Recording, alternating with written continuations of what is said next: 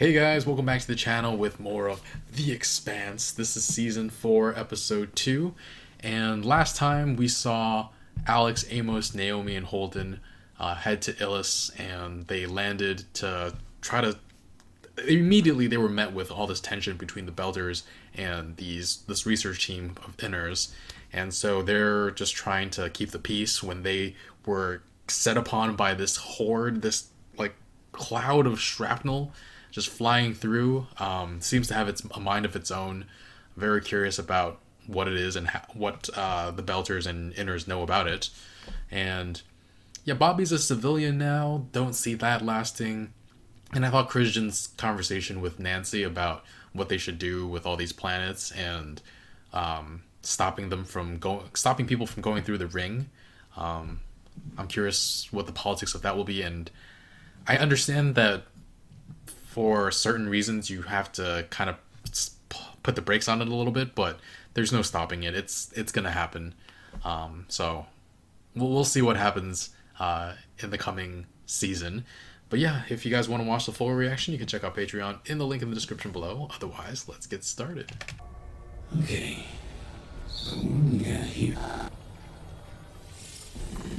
We reach out, and reach out, flipping, supposed to get a goddamn monkey to see if something clicks. What is it? I'll let you know. Maybe these are the things that brought down your shuttle. It's made out of metal. To us, this looks like a machine, but on this planet, it could be an organism.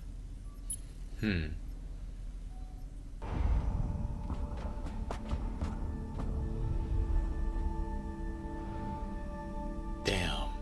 Piñalara can pay ransom. There's no gain in this. It sends a message that the peace cannot change a century of anger overnight. And that there are Belters who still know how to hate. If there is active protomolecule on New Terra, it'll support your position that going through the rings is too dangerous. Sometimes I fucking hate being right. You're very good in those boots, man. Huh. I had a good teacher. Aww. UN-1. Huh. It's like Air Force One, but in space. I never thought I'd see the Aurora Borealis on Mars. That's what you get when you make a magnetosphere. Whoa. Such romantic. Brings to mind the people who built the great Gothic cathedrals, trusting that their great-grandchildren would lay the final stones. We've lost that kind of generational thinking on Earth. Impeccable record. Family man. Good Martian. I'll take your word for it. He was found in a cargo container this morning with his neck snapped. Your file says you were directly involved in the deaths of 2 members of your Marine fire team. You seem very fond of Earthers. For a Martian, I mean. Fuck you. Everything I've ever done has been for Mars. I came back here to willingly face a court-martial for Mars. I scrap those bloody ships every day for Mars. They keep just kicking her down. It's not... Oh, I'm so frustrated. Hey, Murdy. Murdy? Murtry? It's like a blasting cap to you. It's Mercury. And yes. Get the MS-702 sampler and attach it directly to the side. Okay. Naomi's breathing hard. Radioisotope dating puts this structure at approximately 1.5 billion years old. Whoa. When it landed here, it would have killed everything it touched. So evolution on this planet would have had to start over. Oh, wow. Yeah. You're gonna touch it? Just feels dead. You never saw a swarm like that? One day I see a lizard here eat a thing 2 times its own size, but throw up your own stomach. Okay. Alien planet, okay? There's a saloon around here. Not much of one. They serve pretty much the same thing I've been sterilizing the scalpels with. Yeah? We full for dinner? Oh, yeah, no. It's been a long, rough day, and you guys need some family time together, right? All right, I'll see you soon. Consider it. You people blow up that pad deliberately. That's what took down our shuttle. You killed a lot of my people. And you have until morning to give me the people that planted the bomb. We will not be intimidated. Either they pay for this, or you all will. Your friend left. Who, Marty? It's not my friend. Marty. Oh, damn. Bobbie! Hold there, please. I have an invitation. You've been flagged for additional I'll screening. handle this. She's a personal guest of the Secretary General. Flag for additional screening. This way. Everything. She's gonna live like... Everything she's doing is for Mars, but Mars doesn't want her. If you married Christian, you're a hell of a lot braver than I ever was. They recast him. Okay, so okay. I've been ordered to share the data with you, in the hopes that together we may find a way to bring the guilty to justice. We will do what we can do. And rest assured, so will we. Medina Station Sounds continues like to a threat. exist only by the goodwill of Earth and Mars. Oh, shut up. And our fleets. Belters would do well to remember that. Still being stepped on. First day on a planet. How was it? Terrifying. Exhausting. Exhilarating? Glorious. Glorious. What? Oh. Why are you... Oh.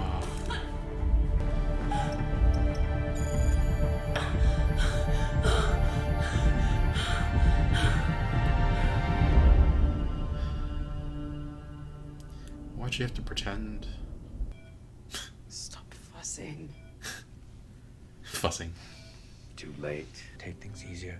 If you don't, you're gonna have palpitations and eventually your heart. I'll get through it. Naomi? Don't say anything to Holden.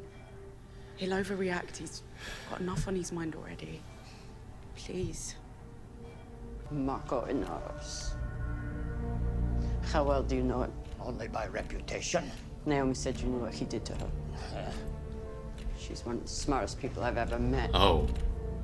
How did Marco and ours get his hooks in her? Ah, he's charismatic. He's uncompromising. Oh, He's damn. very dangerous. Is this Like that, cast a the spell. father of her child? Dale, talk to Dawes. I'll reach out to Fred Johnson. It'll take a big bounty to bring this one in. Wow. Not even a goodbye? Did Admiral Salder really say any of that? I don't know. We rarely spoke. I didn't much care for You were him. using me tonight. Just like you used him. Playing some game that I don't understand. It was humiliating. All they saw was Earth calling its lapdog to heal. Come and work for me. What? Fuck these people. If they don't see how glorious you are, they don't deserve you. I don't need you to save me. You don't owe me this. Bobbie. Good night, ma'am. This is not about owing you anything. I'm doing what you want. Stop it. What the heck?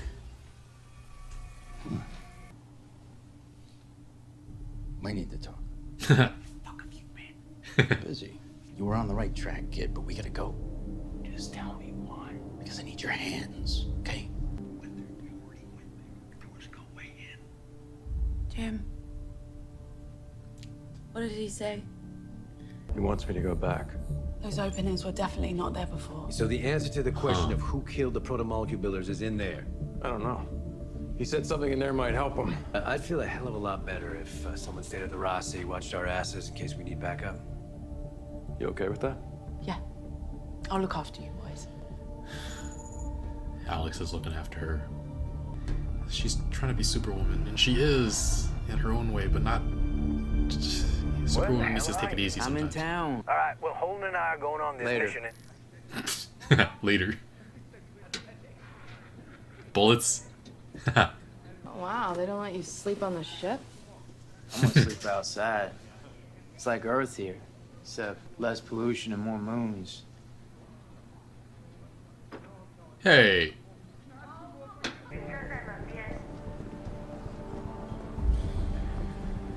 Following him. Biohazard? What? I guess it's just the deterrent for whatever they're trying to do. What the hell are you up to? Okay, look, you have to go. What now? I can't. Oh shit. You are such an idiot. Look, I had no idea she was coming, I swear. Oh, fuck this.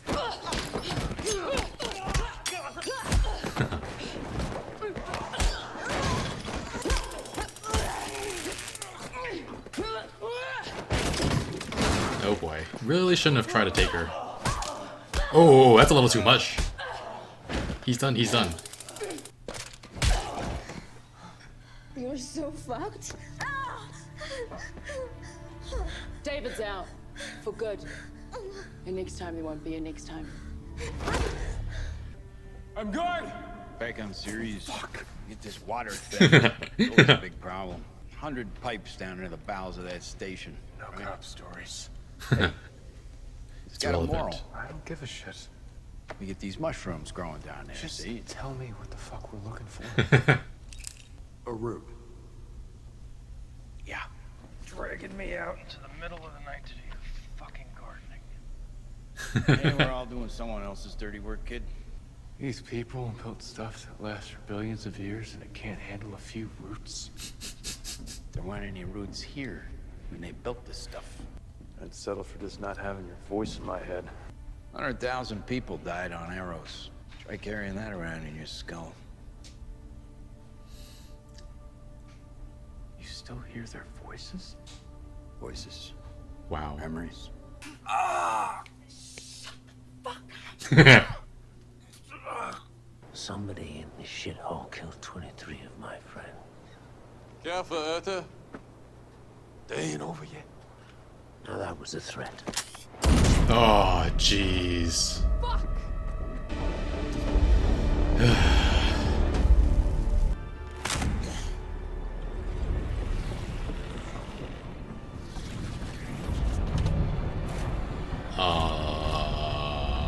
Is it closing? Do you need to get out? Like ASAP? Miller could have given him a heads up. Oh, jeez. His hat, no! I gotcha! Oh, shoot. Oh, whoa, whoa, whoa, whoa, whoa. Yeah.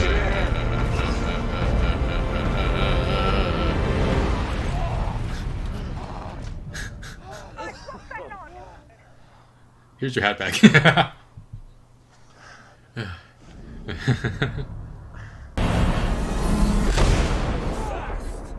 What the fuck was that? Oh.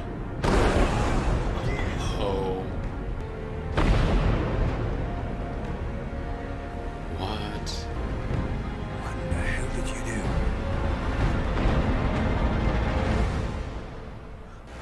Ugh. Christian told him not to put his dick in it, but I mean, he didn't put his dick in what she told him not to put his dick in, but he put his dick in something else. Holden, what did you do? Oh. But this episode starts out with like this barely intelligible voice. Sounds like Miller talking, and all I could really hear was like it reaches out. Something about a monkey? I don't know if I heard that wrong, but yeah, it seems like he has some understanding of what's going on, but it's not exactly sharing with us as the audience so far, or Holden. Meanwhile, though, dead people are floating into the ring. Pirates are pillaging colony ships. Earther colony ships. I don't know if they're pillaging any Belter ships. I guess the Belters just go straight through and run the ring. But Drummer says there's no sense in this violence. Like, these people could have been used for ransom, but instead they were murdered. And Ashford theorizes that it's a message that Belters have not forgotten how to hate. And yeah, the UN gives them heat over it. I believe it was the UN. And talks down to them. It's so old at this point, though. I mean, the Belters must feel even worse than I do on their behalf. They're fictional, but still, that's what I'm saying. But yeah, Ashford tracks the attacks to a Marco Inaros, who is the one. It sounds like he's the one who took Naomi's child. Drummer said that he got in his hooks into her. I wonder what he raised their son into. If Naomi can even recognize him, if Marco lied about who Naomi is and why Naomi isn't in their lives. But yeah, I thought we'd get this story at some point, and I don't feel good about this right now, because it feels like it's it's gonna be like really really screwed up. Meanwhile, Bobbie, she catches a glimpse of her nephew's friend at the docks, but kind of isn't sure what she saw. I only was like, I was at first I was like, what just happened? I kind of want to rewind and see it, but I saw it in editing. Yeah, it was the friend, and before Bobbie can, well, Bobbie moves on, but then she gets stopped and interrogated for her role in a neck snapping, which she had no role in. But yeah, Mars is really treating her like crap, which, again, really, really frustrating. I understand how bureaucracy can do that, but she did work for Mars, and she continues to work so hard for Mars. It turns out she was like stripping the warships. I thought she was like, I don't know, building. I guess it looked kind of old, but she was stripping warships. They'll never appreciate her for anything she does ever again. And again, I mentioned how I could not be a soldier in one of my previous commentaries. That was back when she first ran out of the Martian embassy and sought political asylum at the UN. But yeah, I could not be a soldier because I would be shite at following orders. Just, I hate being told what to do already. So that's just a big no. And the second thing is I don't trust my government to act in accordance with national security, or the vast majority of these politicians have ulterior motives for starting wars and conflicts, and fighting on behalf of that, I would I'm so ideologically opposed to practically every single war we've gone to. But yeah, a few presidential candidates might not do that. I only trust Bernie not to start meaningless wars, though. Probably Tulsi, though I don't trust her on a whole bunch of other issues. But yeah, Bobbie finds out her nephew is making a focus drug. I don't know if it's the focus drug that is used in interrogations, but the friend walks in on them and she locked the door. Like, I think it's a Breaking Bad quote where I'm not locked in here with you, you're locked in here with me. But yeah, Bobbie kicks all their butts like it's nothing. But yeah, I don't know how that's going to work out in the coming episodes, though, because it is a drug ring. You don't know who's in charge. And if she has to fight this on her own, it's not going to be great. And she could get police help, but they likely won't listen to her given her history. Plus, it's also possible that the cops are involved and like allowing this to happen anyway. I don't know. But yeah, Christian invites her to this soiree, this meeting at in Mars. Christian's outfits are always on point. It's a summit. She holds a summit on Mars. Got there through Space Force 1. And yeah, she got on the ship with her new husband. Just kidding. Same husband, new actor. I didn't realize it was her husband until he introduced himself to Bobbie at the dinner as Arjun Avasarala. But yeah, earlier on Space Force 1, he makes a very poignant point to Christian about how Mars has started building things like they did with the great cathedrals in humanity's past, like knowing it won't get finished in their lifetime, but trusting that their grandchildren will lay the final stones.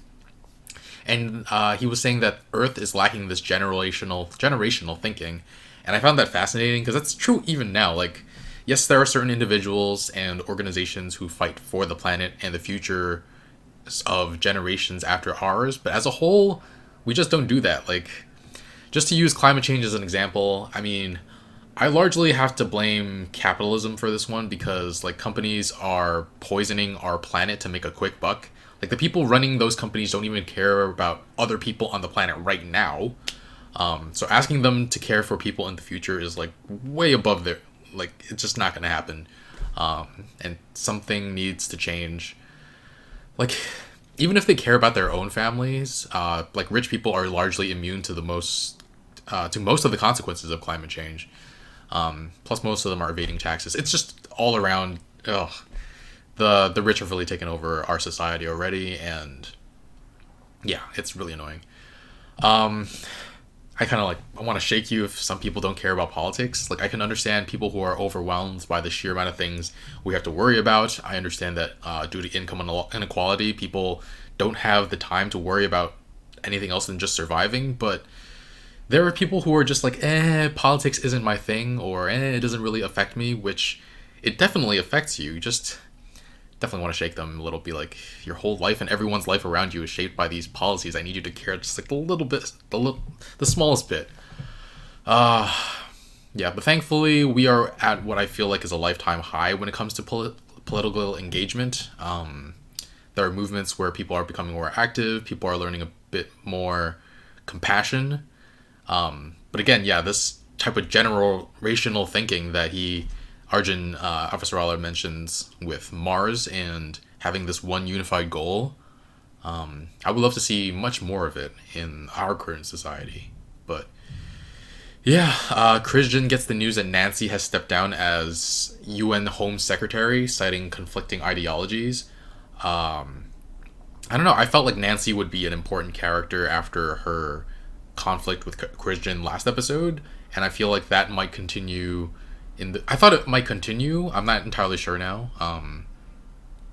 It feels like she quit because she's gonna go against her in public, so we'll see if that plays out the way I think it is.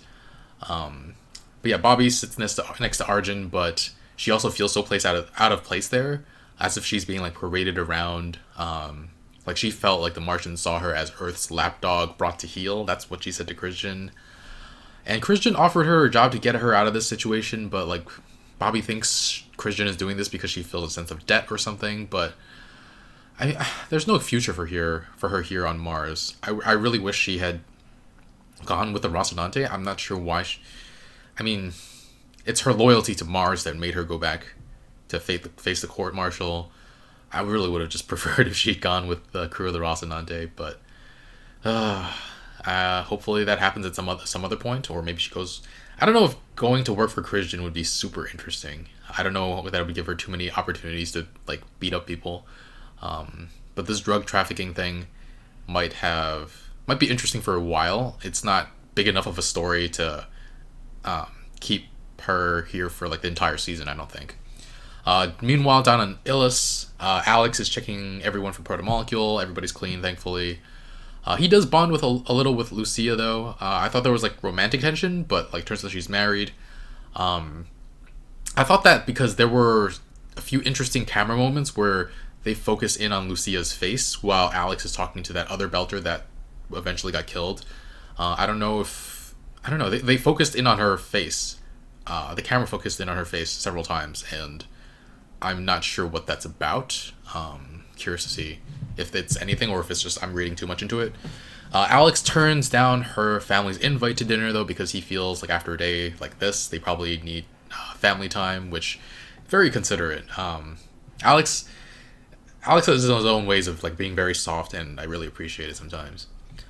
Naomi, Holden, and that new character who I don't think we heard her name head off to check the remnants of the protomolecule, realize it's dead, but that the protomolecule is 1.5 billion years old. So it came here, hijacked all of life, and life on the planet really just started over. So really fascinating to see what would have happened on Earth if Eros had collided with it. Because I'm guessing this is played out just like what would have happened if Eros had collided with Earth. So it was interesting to see. It would have just basically hijacked all of Earth. But yeah, Naomi's first day on a planet, terrifying, exhausting, glorious. That was the first time they used the word glorious in this episode. They used it again later when Christian was talking to Bobbie. I'm mixing up which part I talked about first, but she says that if Mars can't see how glorious you are. So it was a choice to use the word twice. That stands out so much. But yeah, Naomi was breathing really hard early on, and then finally makes it back onto the Rocinante and just like throws up and immediately collapses into the in the med bay. Like that struggle was hard to watch. Like Alex keeps an eye out for her and even keeps it a secret on her behalf from Holden, but kind of insists that she stay behind to like look after them when Miller tells Holden he needs his hands. I feel like that's not a great move. I hope the fact that she's keeping this a secret doesn't bite them in the ash later. Like as a captain, Holden as a captain, I feel like he needs to know the capabilities of his crew. I'm sure he doesn't want to stress Naomi too much in the first place, but like what if there's a time crunch and he has her do something she's not really ready for?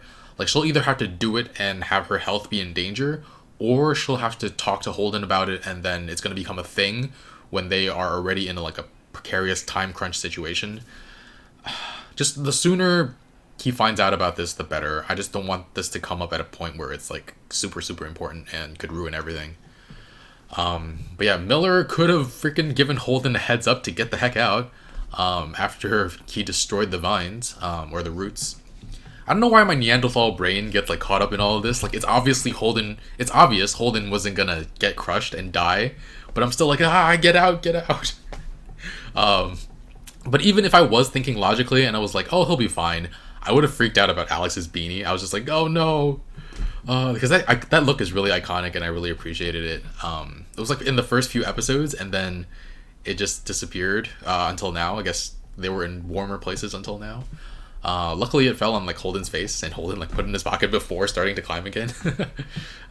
We don't actually see him put it away, but we see him take it out of his pocket. So meanwhile, Murtry, okay, I finally know why I recognize that face. It's Carl fucking Tanner of Jin Alley, Game of Thrones, part of the Night's Watch. How else can I describe his role without spoiling people who haven't seen the show? He was staying at Craster's Keep. Yeah, that's good enough. Anyway, yeah, this episode, Murtry, like, he's rightfully furious because it looks like the landing pad was blown up with a blasting cap, and that guy was like flaunting it in his face and like, ha, day isn't over, more of you could die. But the right move there wasn't to shoot him in the face and escalate things further. Like, Holden was saying that it wasn't exactly conclusive either, though I feel like it's pretty conclusive, but like, there were enough witnesses that saw what Murtry did. Marty? What did Amos keep calling him? Like, Murdy? He keeps calling him by the wrong name. It's amazing. But yeah, it's gonna be really difficult, this situation, because if the Belters try to have him face some consequences, if they force somehow, it feels like the research team is more well equipped than the Belters, so it's unlikely that he faces any consequences, and even if he does, he'll be seen as a martyr. And I mean, the crew of the Rocinante are almost forced to have to stick their dicks in this after all. Like, not having the backs of the Belters and doing nothing would be taking a side. Like, trying to keep the peace would also be taken as having the opposite sides back by both the Inners and the Belters. It's just he made this situation impossible. The conflict is inevitable at this point. Belters, I don't know, this is gonna be bad. But yeah, with the blasting cap and the lack of metal flying things at the crash site, it's likely one of the Belters attacked the envoy from the Thomas Israel, which they're protecting their way of life. They think the people coming down are just going to stop them from making money and make them fail somehow. So it's like an act of desperation. It's not an excuse for killing them, but Murdy, on the other hand, feels like he's looking for an excuse to kill people. And yeah, it's gonna get violent for sure. Amos witnessed it, and I think Amos in that moment knew what kind of person Murtry was. Murtry? But yeah, he has a good read on people, and I think he knows what's up with Murtry.